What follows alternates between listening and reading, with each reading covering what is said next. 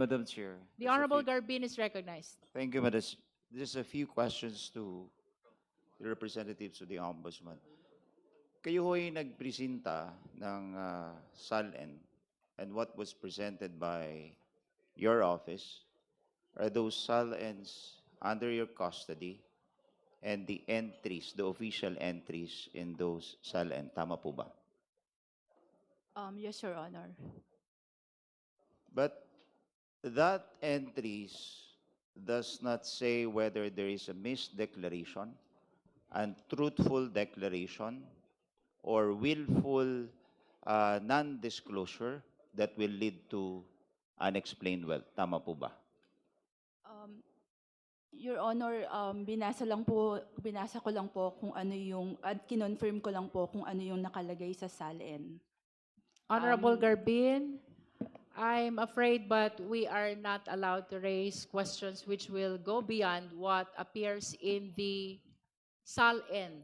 That's why, Madam Chair, I just need confirmation whether that Yes. presentation Issues concerning misdeclaration. yields in support to the complainants. First of all, Madam Chair, wala yung complainant dito eh.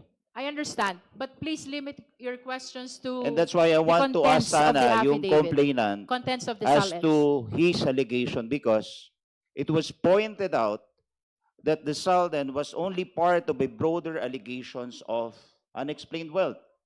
But as correctly pointed out by Mr. Marcoleta, or Congressman Marcoleta, those SALN that was, or that we want to specifically pinpoint that have material misdeclaration or untruthful declaration was never attached in the first place We are in the not complaint. yet on that, Honorable Garbin.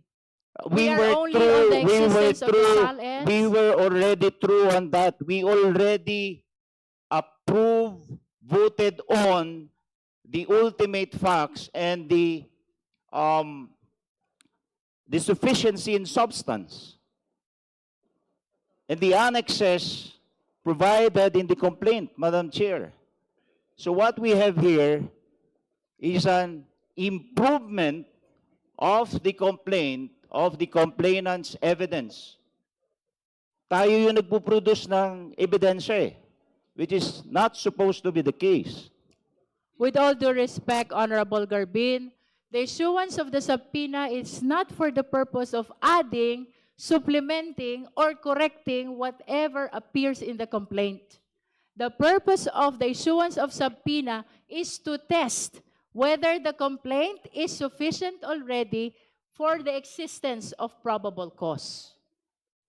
To aid the justice members in judging whether or not probable cause exists on the basis of the allegations in the complaint, including the attached documents. If I may,